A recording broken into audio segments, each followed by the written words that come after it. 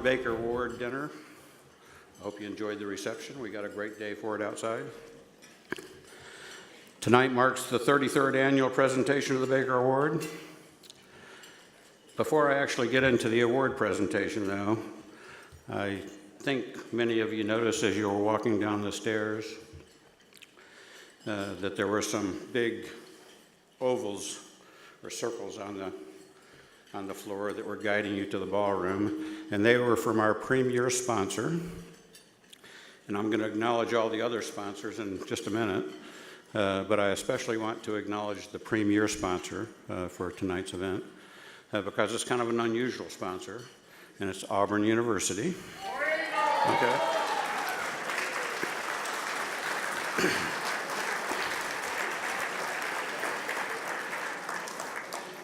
And there's a lot of folks at the Auburn table, but two particularly that I wanted to acknowledge were as Auburn alums, our Admiral Mike Rogers,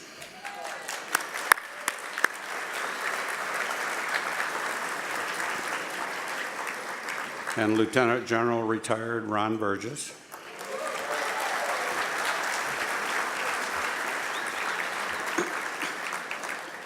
And I'm not sure I ever had this conversation with Ron during all the different interactions that we've had over the years, but I may have told him at one point that my mother's an Auburn grad,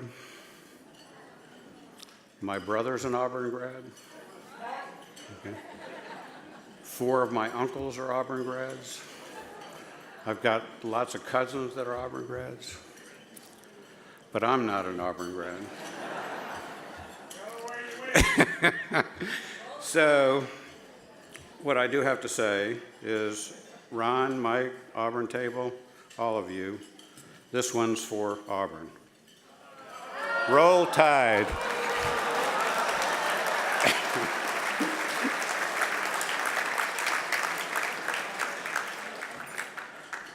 Okay.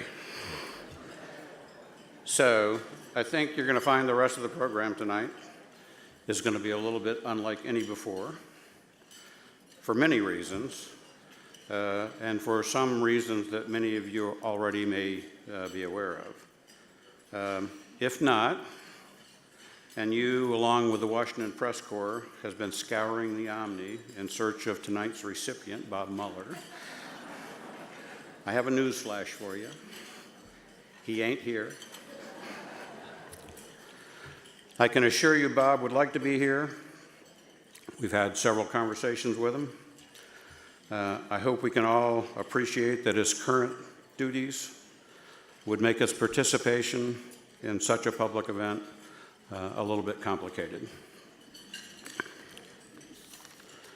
So, Bob was selected to receive the Baker Award because of his extraordinary contributions to our national security and his lifetime of selfless service to our nation.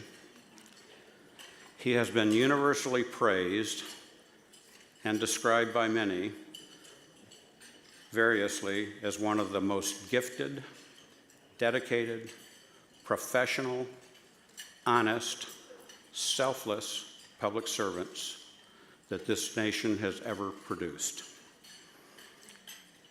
None of us were surprised that our nation called him to service once again, and he has answered that call.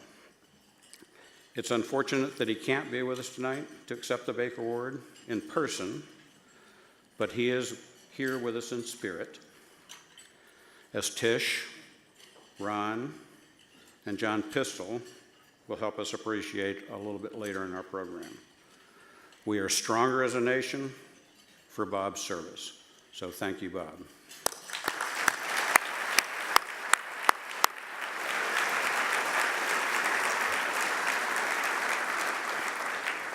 We're delighted you're all here able to join us tonight to celebrate Bob, and not only Bob, but the community of which he is a part and that we're all a part. We believe we have a program tonight that you will enjoy, but as importantly, we hope you're enjoying the camaraderie and celebration of our wonderful profession that the Baker Dinner always provides. I want to thank John Pistole, Director Mueller's friend, colleague, and longtime Deputy Director at FBI, for attending on his behalf tonight and coming all the way from Indiana, where he is currently president of Anderson University, to accept the award on Bob's behalf. So thank you, John, for being with us tonight.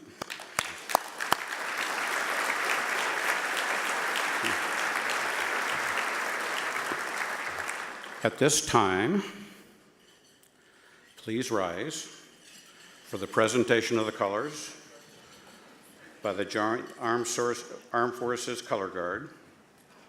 Following the national anthem, please remain standing for the invocation.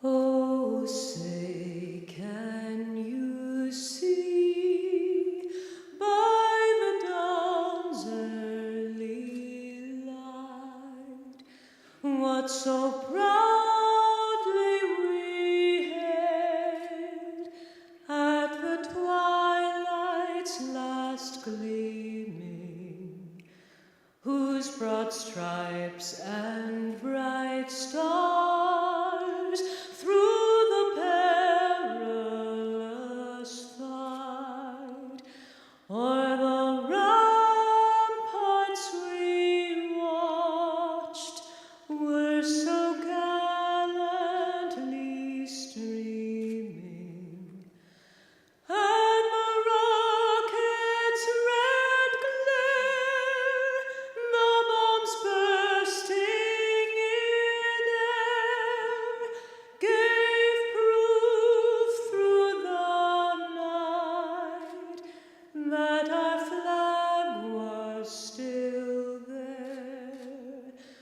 Oh, say does that star-spangled banner yet wave o'er the land of the free and the home of the brave?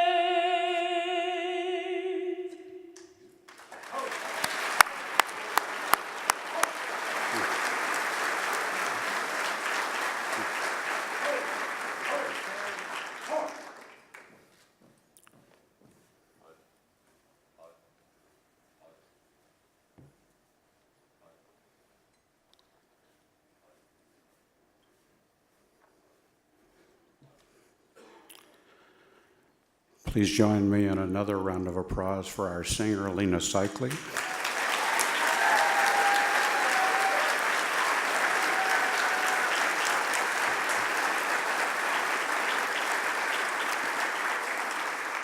And for our wonderful Armed Forces Color Guard.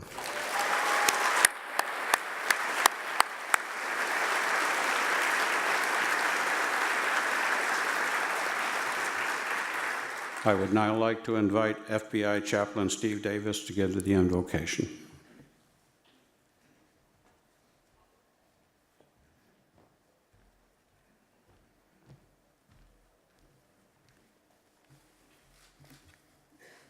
Would you bow your heads with me while I pray?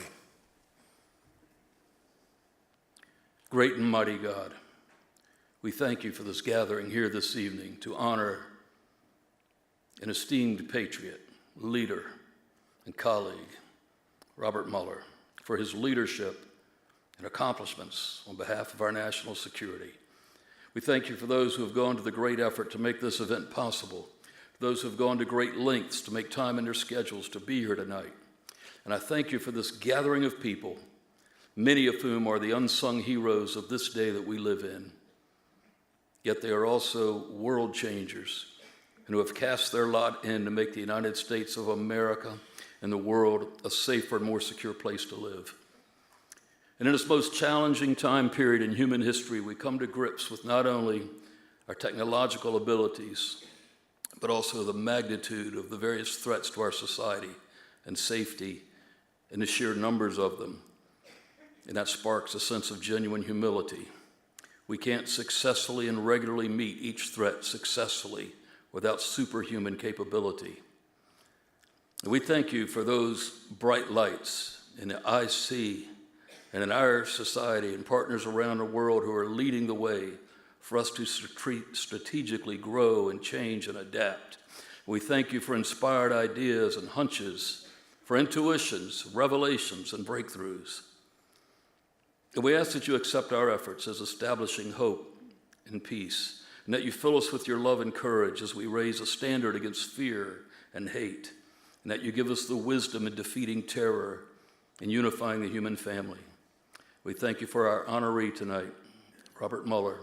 We ask for your continued blessing on his life and mission.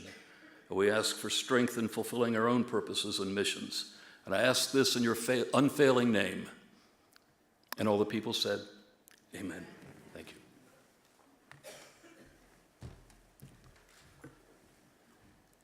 Okay, thank you, Chaplain Davis. Please take a seat.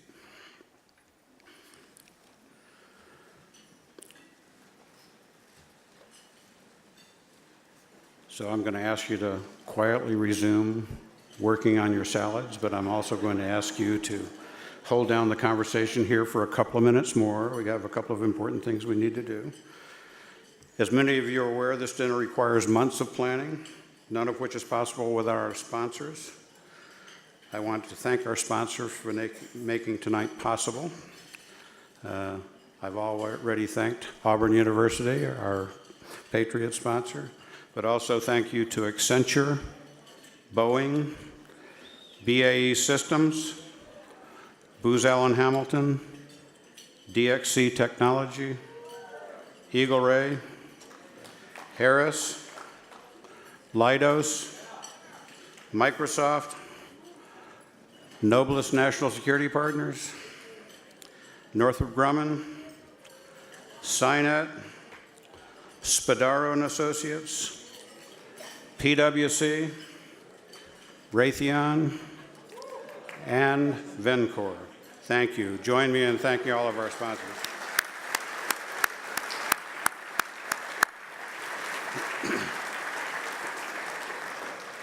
Okay, we're going to get to the main course here in just a second, but before we get to the main course and before you start getting into your great dinner conversation, we thought it would be appropriate to spend a few minutes to remember the award namesake of this award, Dr. William Oliver Baker. For a few words about Dr. Baker, it is my pleasure to welcome to the podium Kevin Kelly, Chair of INSA's Technology and Innovation Council. Fittingly, Kevin is CEO of LGS Solutions, which traces its ancestry directly to Bell Labs, the same Bell Labs where Dr. Baker served for more than 40 years and helped revolutionize intelligence gathering technologies. Kevin, over to you.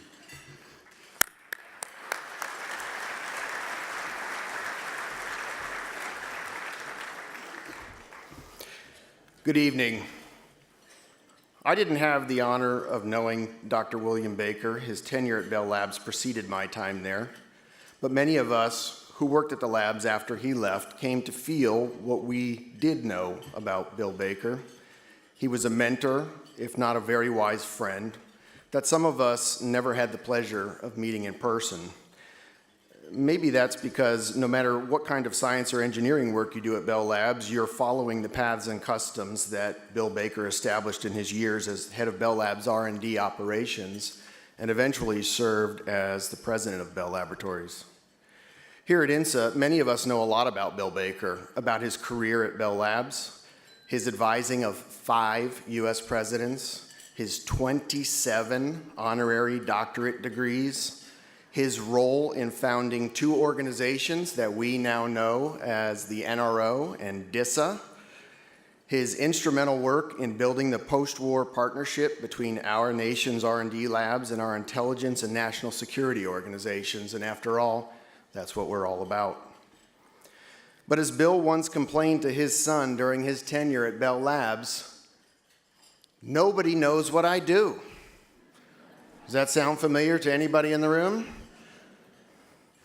He may have been alluding to his classified work or unconsciously reflecting on his own humility and private personality, keeping him from tooting his own horn, but in some ways, we still don't know everything that Bill did.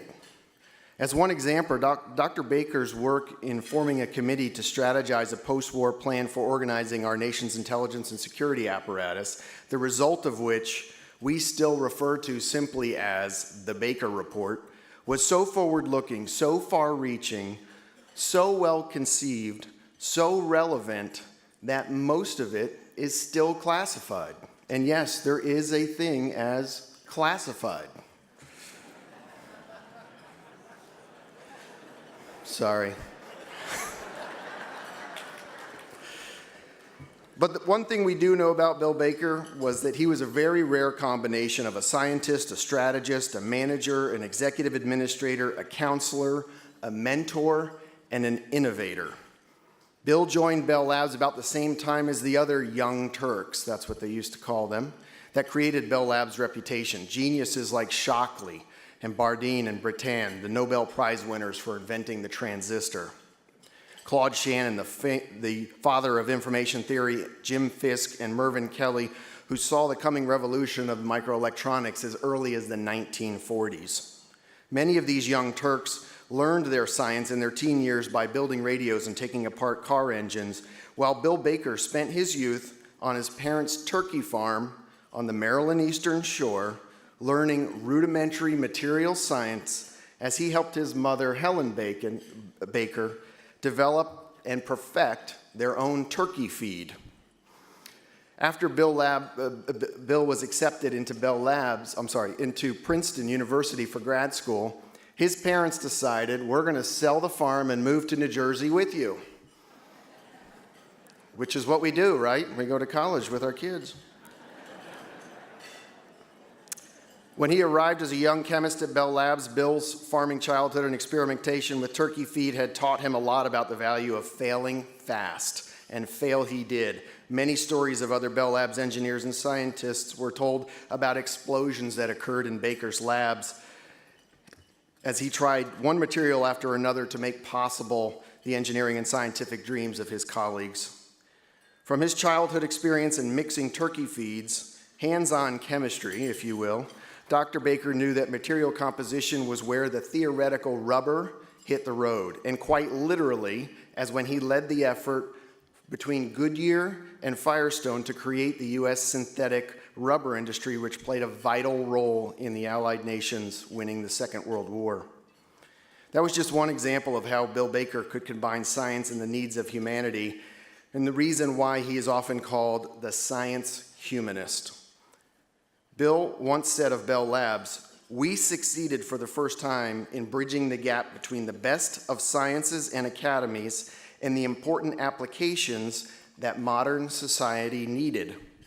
At the time, he might have been thinking of synthetic rubber or the transistor, but as we now know, bridging the gap between our best scientific minds in the R&D labs and our nation's defense and security organizations, a partnership first built by William Baker, which has only grown stronger since his passing, is, to us here today, his most important lasting legacy and the reason why INSA created the William Oliver Baker Award.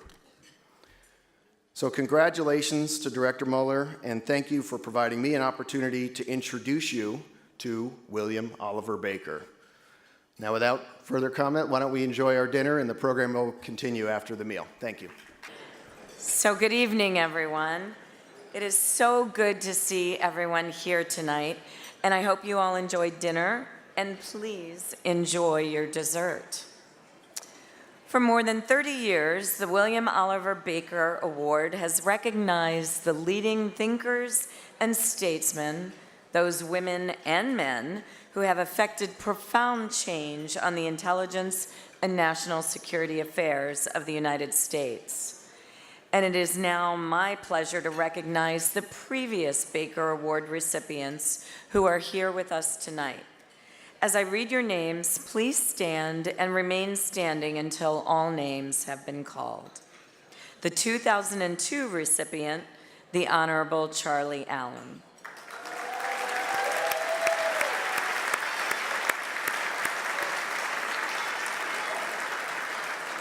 The 2007 recipient, Admiral Bill Studeman.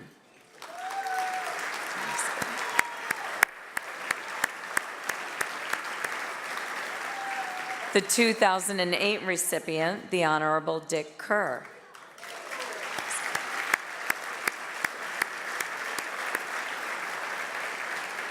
And our 2016 recipient, the magician, the Honorable John McLaughlin.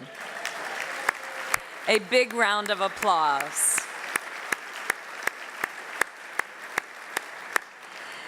Thank you for joining us this evening, and that was an excellent round of applause for the exemplary contributions that they have made to our intelligence community.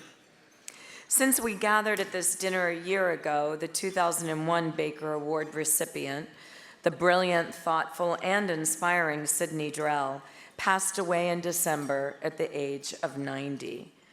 Dr. Drell is also the namesake of our academic award, presented annually as part of the INSA Achievement Awards. And as I reflect upon Kevin Kelly's wonderful tribute to Dr. Baker, it reminds me of what an outstanding choice Dr. Drell was for this award. He bridged the worlds of science and national security with humility, courage, and conscience. He helped launch our first foray into space for intelligence gathering purposes. And in dedicating much of his life's work to nuclear nonproliferation, he sought to ensure the safety and security of not only the United States, but the preservation of our planet. For over 40 years, he advised U.S. presidents on science, defense, technology, and intelligence. How fortunate our nation's leaders were to call upon his expertise. How fortunate we were to call him a friend. I would ask that you join me in a moment of silence for Dr. Drell and all of the Baker Award recipients whose contributions to our nation live on.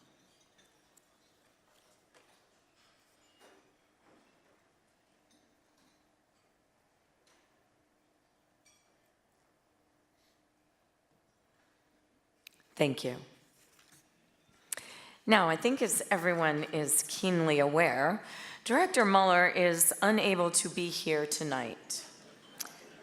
Disappointed as we are, this will not diminish the enthusiasm with which we honor him, and I am deeply grateful to John Pistole for standing in his stead.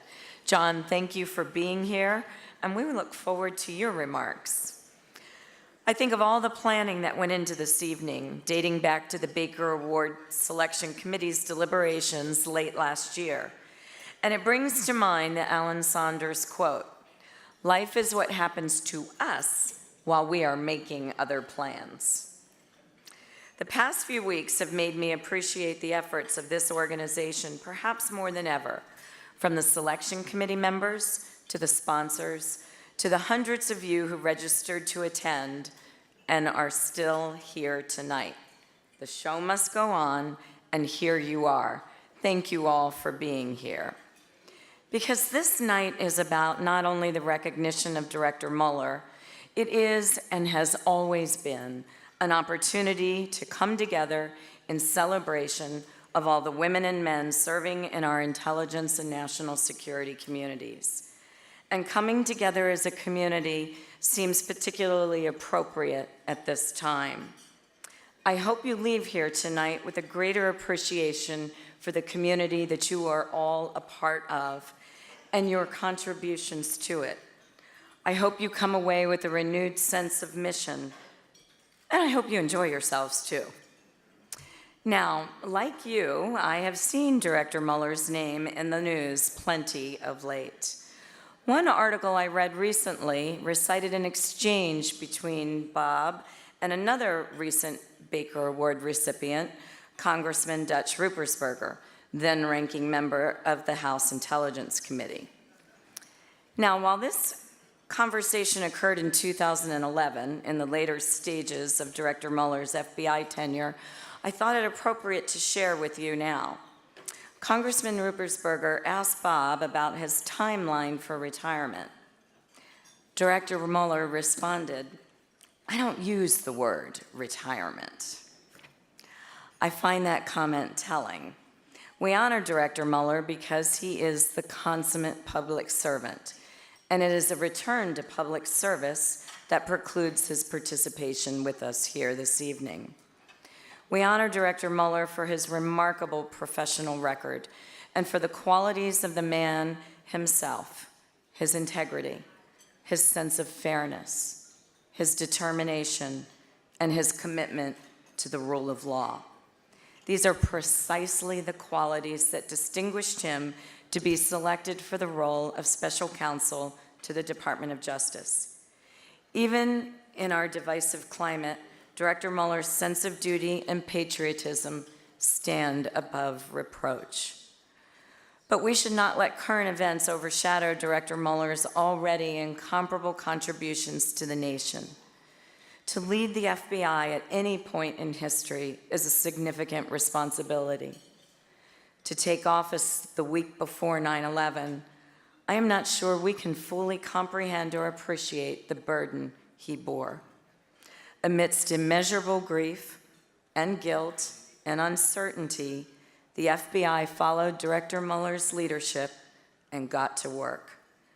They conducted one of the most complex investigations in our nation's history, and at the same time began a fundamental evolution into a new type of FBI, a threat-based, intelligence-led national security organization. In so doing, Bob positioned the Bureau to become a leading member of the U.S. intelligence community in its effort to protect the United States from future terrorist attacks. It is a debt of gratitude that we hope to repay in some small part tonight. And so I would like to leave you with this closing portion of his award citation, which I greatly look forward to presenting to Bob personally at the earliest opportunity. And I must tell you, in the midst of everything that Director Mueller has ongoing, he took the time to call me on Wednesday of this week to thank me, to thank INSA, and to thank all of you for this amazing honor that he receives.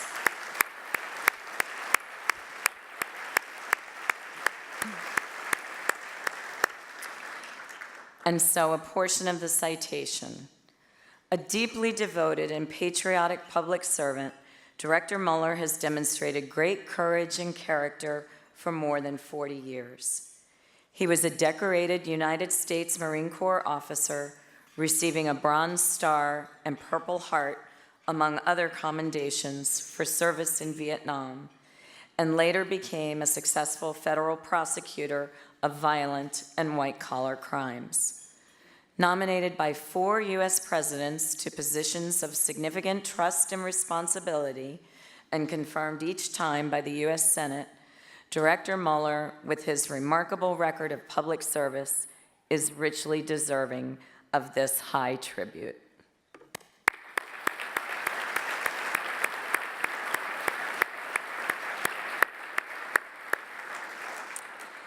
To deliver his own brief tribute to Director Mueller and help introduce John Pistole, it is now my pleasure to welcome Lieutenant General Ron Burgess, United States Army retired, Chair of the William Oliver Baker Award Selection Committee, and Senior Counsel for National Security Programs, Cyber Programs, and Military Affairs at Auburn University.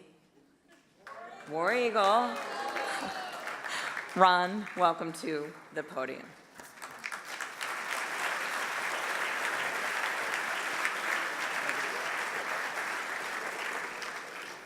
Thank you, Tish. War Eagle. Okay. You know, some of you sitting out there wondering why Auburn University is, leading such a charge tonight. Well, one, I'm down there. But number two is to, try and set the stage a little bit for some other schools. Chuck, University of Alabama. Tish, Virginia Tech. Where's Steve Cambone? Texas A&M. Yeah, we're looking to get some other schools to get involved with a group like this. This is a great organization, and I would just like to recognize Tish and the staff of INSA for the event they have put on this evening.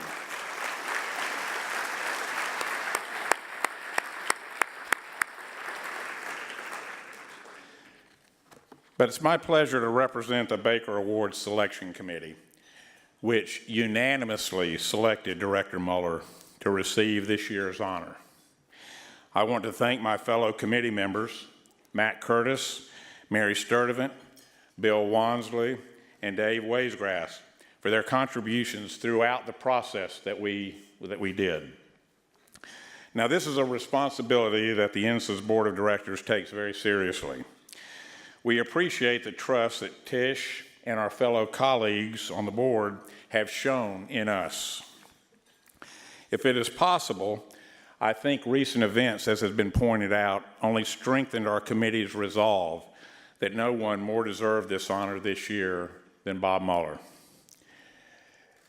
When I think back, and I had time to spend with the director, and I still hold beloved director to myself, so I won't bestow that upon him. The things that come to mind, one, Tish talked about a little bit, but I'm not sure everybody in the audience understands. When we talk about the stand-up of the National Security Branch inside the FBI, for the first time, we in the intelligence community received the benefit of getting law enforcement data that we were authorized to get, not necessarily criminal investigative data, but that information that helped complete more of the picture, especially for some of the missions that we were working against, in counterterrorism and some other things. It was a melding of bringing information to our analysts that heretofore had not been available. So the idea of that National Security Branch and then taking that organization from nascent stages and maturing it to where it sits today, Bob Mueller had a lot of responsibility for.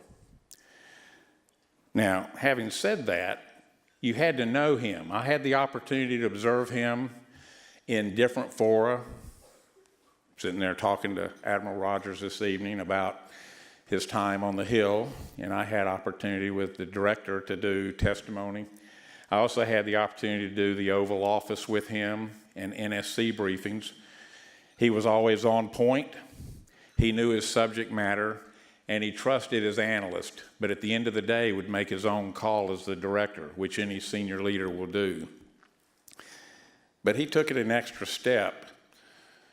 Remember, I was part of the Director of National Intelligence at the time, and some of us have commiserated because, one thing about Bob Mueller, he was always on message. I'd like to tell you that his message was always about, what the threat was, doing the right thing. But Bob always had his hand out looking for money.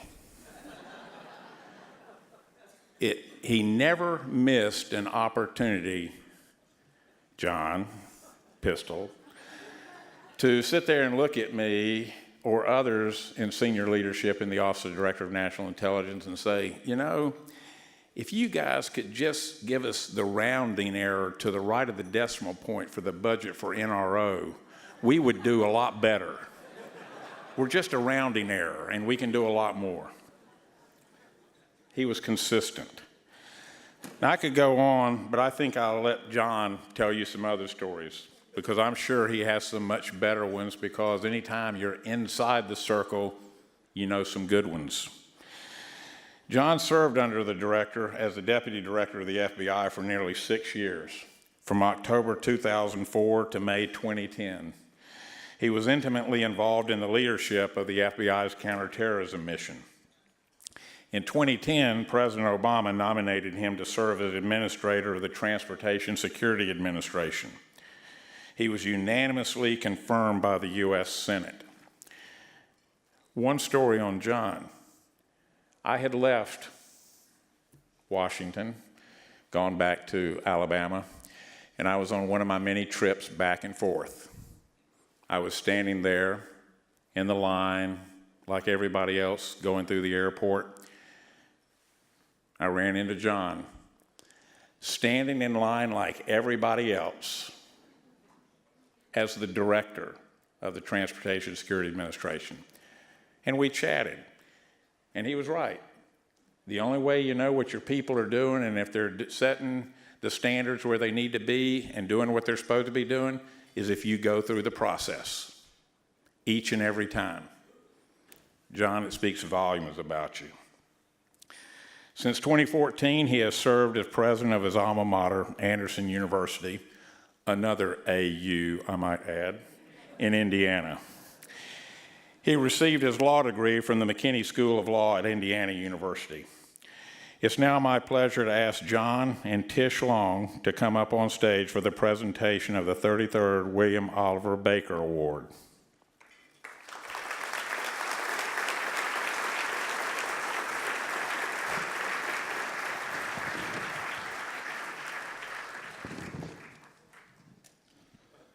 With highest esteem and profound admiration, the Intelligence and National Security Alliance is proud to honor Robert S. Mueller III as the 33rd recipient of the William Oliver Baker Medal of Achievement. In recognition of his distinguished leadership of the Federal Bureau of Investigation and indelible impact on law enforcement and national security affairs of the United States.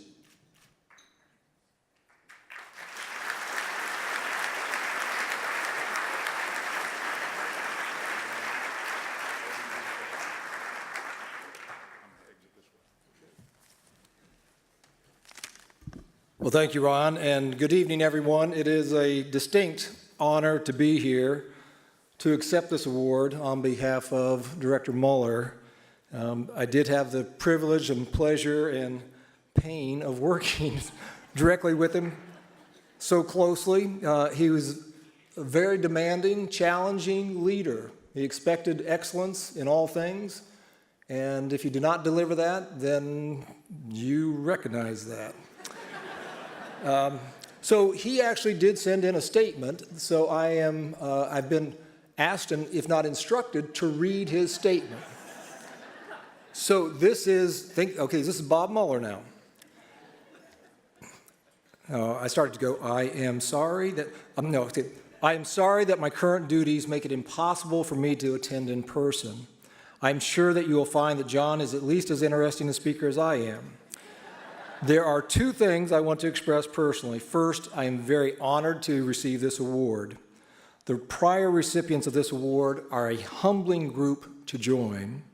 Second, I want to make clear that I'm accepting this award on behalf of many others. The dedicated people at the FBI who have transformed the Bureau into a threat-based, intelligence-led national security organization deserve much of the credit. But even they cannot affect that transformation themselves. They work every day to build partnerships with others in the intelligence community, state and local law enforcement, and the private sector. That type of cooperation is an essential component of keeping us all safe. I look forward to being with you at future dinners. I will now turn you over to John believe only half of what he is going to say. Thus ends the statement of Robert S. Mueller III. Okay.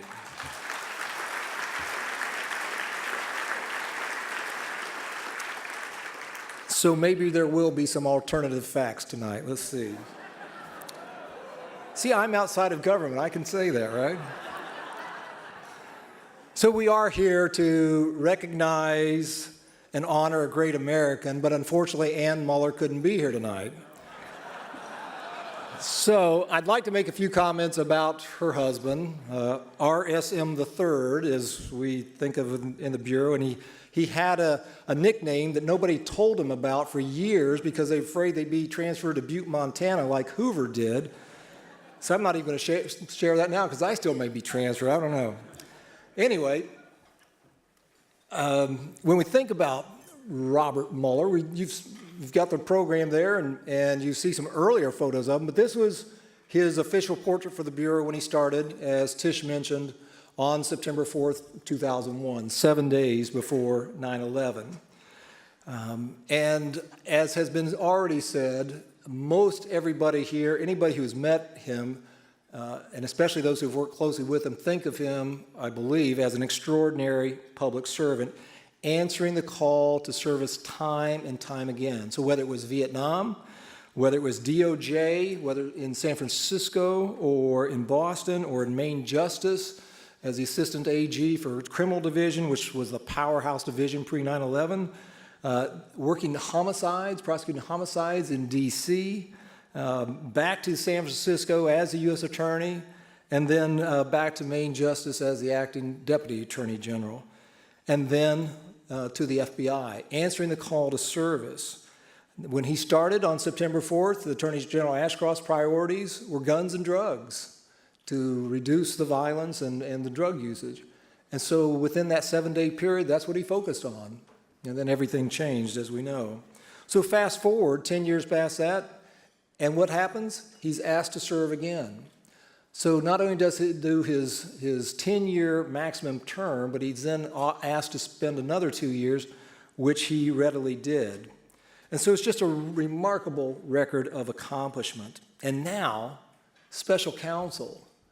Some people have asked me, who were friends with, say, was he just a glutton for punishment? I said, no, he is an extraordinary public servant. He almost single-handedly kept the Bureau intact.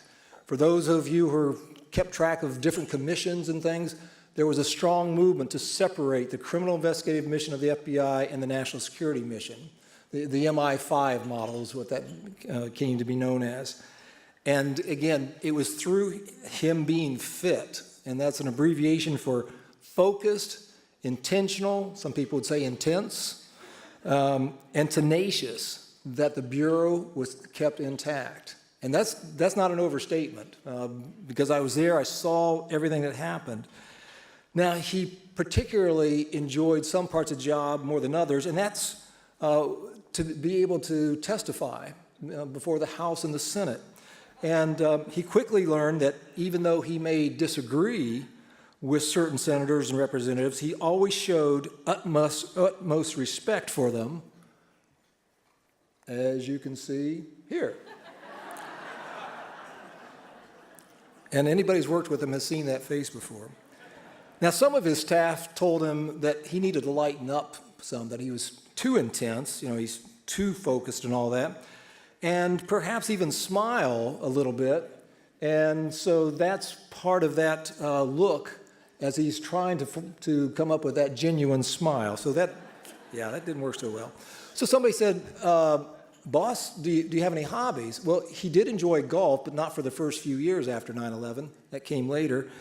But they told him, you need to be seen as more approachable and human on the Hill, and so let's plant a question with a member of Congress. Not that that's ever happened before, but let's see if we can do that, and they'll ask you about a hobby.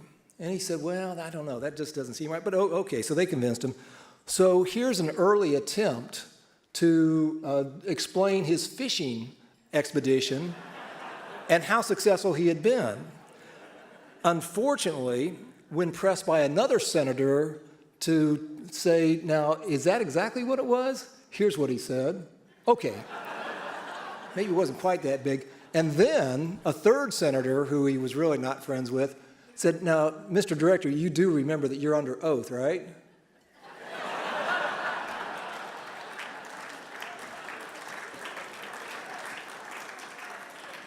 So eventually, he just got so fed up with testifying that his deepest thoughts about certain members of Congress came out, and the photographer just missed that. Yeah. And then finally, he made no attempt to hide his true feelings. I mean, he is literally about ready to explode there. Now, unfortunately, that's a look that I saw a number of times in his office, and especially when the Inspector General of DOJ, some of you here know who that person was, I'm not going to say, when that Inspector General was over giving results of investigations that they had done to help improve the Bureau. Oh, yeah. Oh, yeah.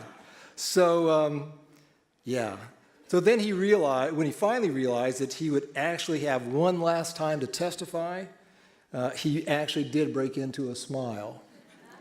And he's just like, oh, yes, I can see the promised land here. So now, he had a couple of people, non-bureau, career bureau people, who could actually get him to laugh. And that came a while later, but his college roommate from Princeton, Lee Rawls, was just great. Low-key, deadpan kind of guy, but he could get him to laugh. He knew all the secrets, and so I think Bob felt like he had to laugh. Anyway, one time, Director Mueller went down to the hall to see Lee and said, so how are we doing? Well, Lee knew him well enough to know that he was actually asking, how am I doing? How am I, the director, doing? And without missing a beat, Lee said, your toast, your history, your dead meat. And there was a pause, and then you could hear this hearty belly laugh from Bob Mueller. I thought, okay, that's a good thing here. Now, some of you also know Val Caproni. She was general counsel for a good part of Bob's tenure, and now she's Judge Caproni, Southern District of New York, a federal judge. And I spoke with her earlier this week to see if she had any stories. She said, let me think about that. So she sent me an email a little bit later, and she said, yeah, one day, Director Mueller came to my office and said, what have you been doing for me today? And Val said, she said, without missing a beat, I'm keeping your sorry ass out of jail. And there was a pause, and then another hearty belly laugh. Agents and career people couldn't say that to him without being transferred to Butte. So, and then I talked to Ann, his wife, this week. I said, do you have any stories? She said, you know, one I remember. She thought it was maybe a Saturday night one weekend. And she said, Bob, I think you're working your staff too hard. He said, no, I'm not. She said, yeah, I think you are. So he goes and picks up the phone, calls his chief of staff, Chuck Rosenberg at the time, who's now the head of DEA, said, Chuck, how you doing? And he said, fine, boss, what do you need? He said, nothing, just checking in. Okay, hung up. So then he goes back and says, okay, I'm checking in on him. Yeah, so that was his warm, fuzzy type of thing there. Yeah. And then probably the best, the classic story, because it was in the director's conference room, and there was probably 25 people in there, and it was preparation for another hearing. And being a career prosecutor, the director was just cross-examining the briefer and then others just relentlessly. I mean, great probative questions, but the way he was doing it was really intense. And then Lee Rawls, his old college roommate, kind of goes like this. He said, Lee, what? He said, Mr. Director, what is the difference between a 4-year-old and the FBI director? And everybody's like, and Mueller kind of cocked his head like that, as where is this going? And Lee Rawls said, 4-year-old is this tall.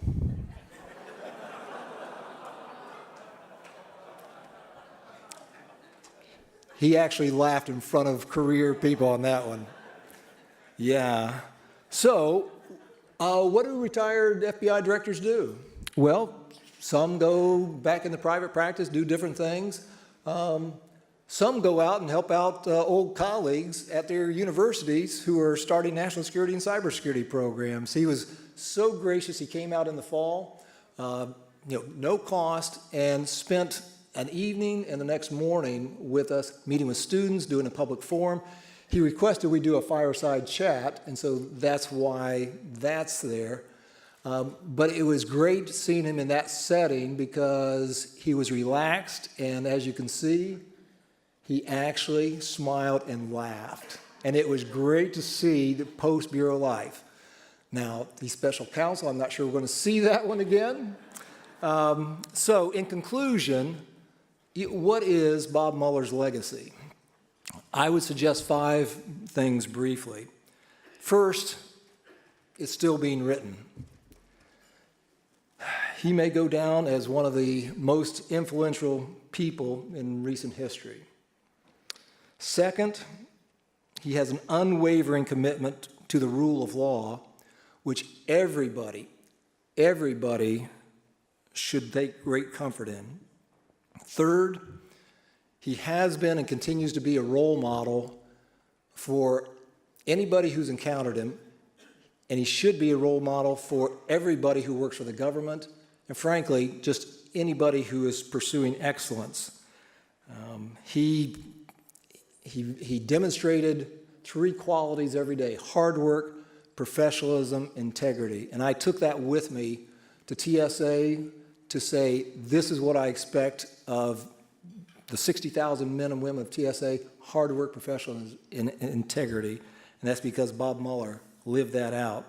Fourth, he is a man who helped transform the FBI and bring it into the 21st century of national security work for this great country of ours, and as a full contributing member of the IC. Finally, he's a man of character, a humble public servant, man of integrity, quick to give others credit, and always the one to accept full responsibility for shortcomings throughout anything in the FBI.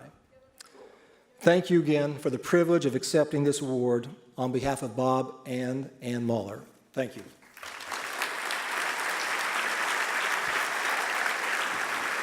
Ladies and gentlemen, to deliver the celebratory toast, please welcome Bill Gattle, President, Space Intelligence Systems, Harris Corporation.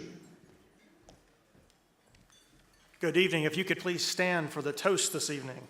So, ladies and gentlemen, it is an honor for me to represent Harris Corporation and to recognize the great achievements of Robert Mueller.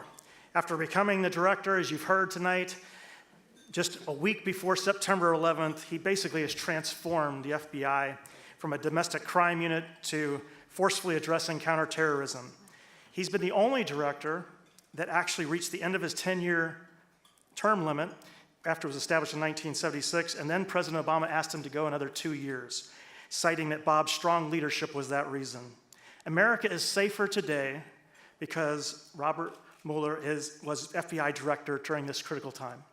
So, ladies and gentlemen, please join me in toasting the accomplishments of the quintessential American patriot, Robert Mueller. Here's to those who dedicate their lives to national intelligence. Hear, hear.